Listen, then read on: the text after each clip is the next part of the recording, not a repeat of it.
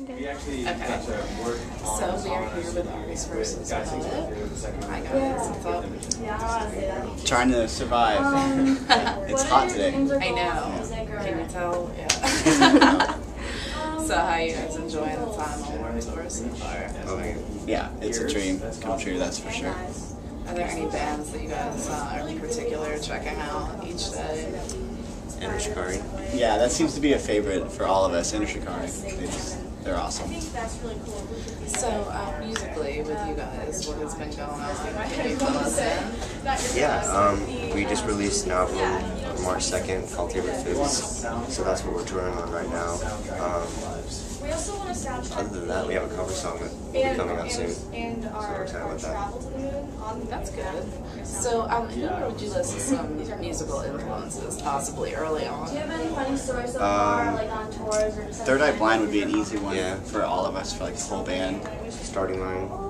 Everybody loves John Mayer. So a lot of 90s, like just a lot of 90s.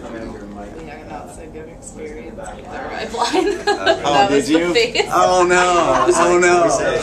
I've never actually gotten the chance to meet them. Yeah, he's scary.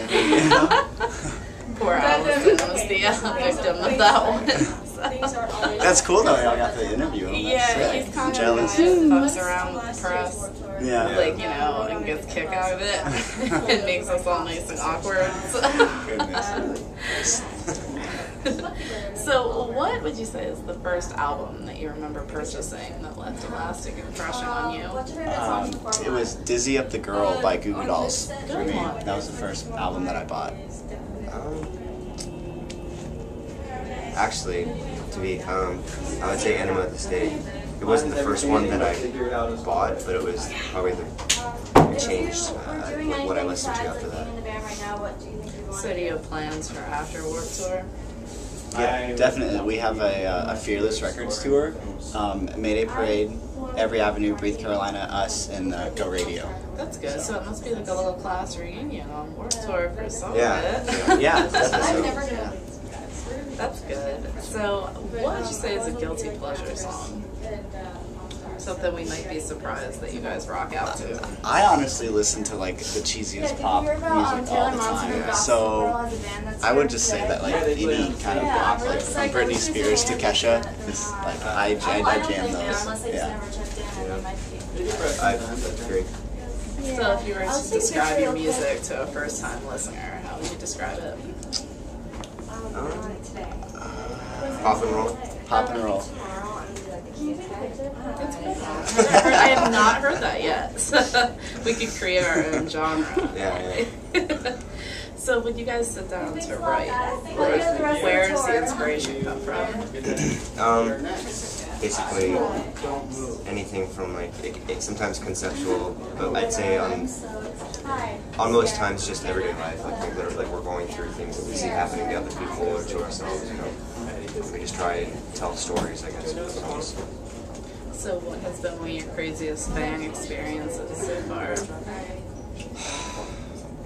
Ooh, that's always like kind of a tough question. I'm sure there's probably some that we can't discuss. No. One thing that just kind of like blew us away, like we went to Japan recently with a few bands, and there were some kids like waiting at the airport when we landed to like meet us and talk Did to they us. hold the And, signs? yeah, they had a sign made. Yeah, so you know that's just like not like crazy, but at the same time it's just kind of like mind blowing. Yeah. Actually, in Canada, there was a girl who said that she was on 4 different airplanes. She flew from Singapore just to watch us play, she said. So that was pretty cool, too. Along the same lines of that. But So do you guys maintain your own Facebook, MySpace, Twitter stuff? Yeah, definitely.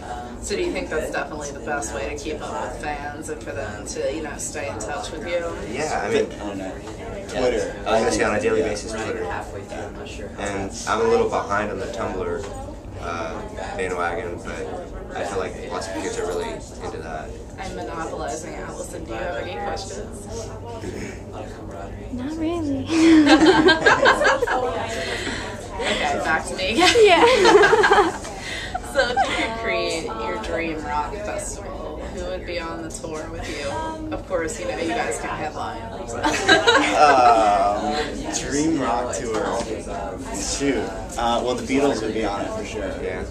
Yeah, this is fantasy. Britney Spears would be on it for sure. That's a train wreck waiting to happen. Yeah, that's what a good tour is made of, though. I don't know. What we got? The Beatles, Britney Spears, maybe Kiss. Maybe. We'll have to see. I'd have John Mayer opening. John Mayer opening, yeah. Shoot. Well, that's 3 bands as headlining. That's like a tour. Yeah. So it's a solid one. I guess this fall, next fall, it'll be Artist versus Poet, Britney Spears, the Beatles, and then John Mayer opening on select dates. That's good. Yeah. That's good. So, what's been one of your craziest road stories? Man, Like how you guys pass the time. Is there something that you can't live without on the road? Warren. what? Warren. Yeah, right now Warren, that's our bus driver. And this is the first time we've ever done a bus, you know, for work tour. So we can't live without him. He gets us from place to place. We go to bed at 2 in the morning and we wake up where we're supposed to be, you know, 6 hours away. So That's good. Not enough fans give a shout out to the bus oh driver. yeah, So Warren. that- All he runs on Mountain Dew. I think that's all he has. He has like a 12-pack of Mountain Dew. And it's good to go. So, do you have any advice for aspiring musicians? Don't try and be anybody else than yourself, I would say, because if you're putting out music just to sound like somebody else, you know, that's exactly what it's going to sound like. Chances are, like, you doing exactly what you want to do is going to sound cooler than trying to imitate anybody else.